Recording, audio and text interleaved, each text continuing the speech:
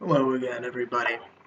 So at this point, you've been through the slides and you've done the reading, and you also watched that clip of the NBC video that I posted as part of the slides. So at this point, there's a few things that you should be more familiar with.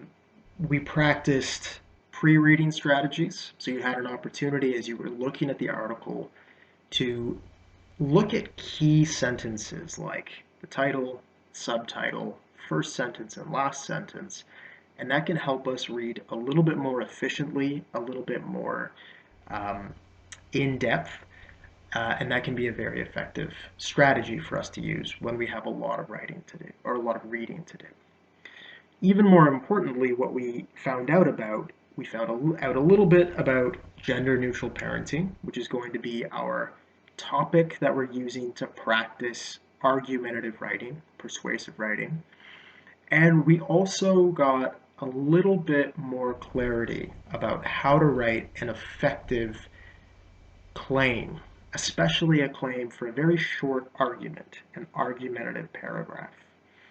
Now, at this stage, what you need to do is you need to write your post, your comment for the discussion board, and that's going to be worth 3%. Now, before you dive in and do the discussion board, you need to think a little bit about this topic of gender neutral parenting. And for now, before you start, you just need to think about which side of this discussion you are leaning more towards. Do you think that gender neutral parenting is something that is more positive, that can be helpful for young children, that can help children be a little bit more free from gendered expectations?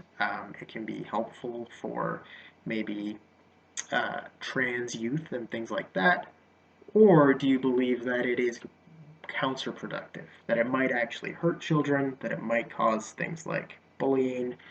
So, in general, are you more pro or are you more anti gender neutral parenting?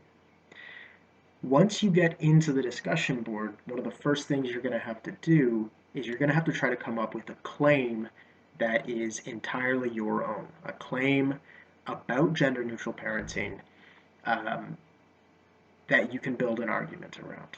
Now, remember, this is we're aiming towards a one paragraph argument. So we need a claim that is quite focused, saying gender neutral parenting is bad or gender neutral parenting is helpful for children.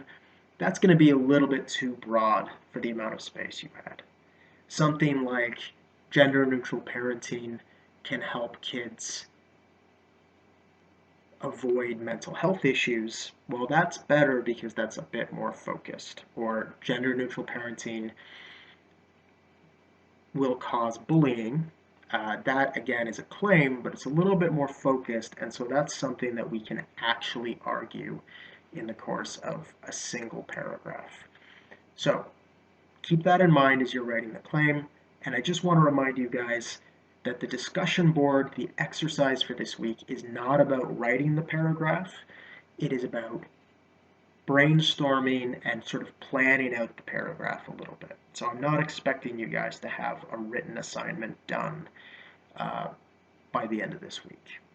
So go ahead, jump into the discussion board, but make sure that you're choosing the correct discussion board, either pro gender neutral parenting or anti gender neutral parenting.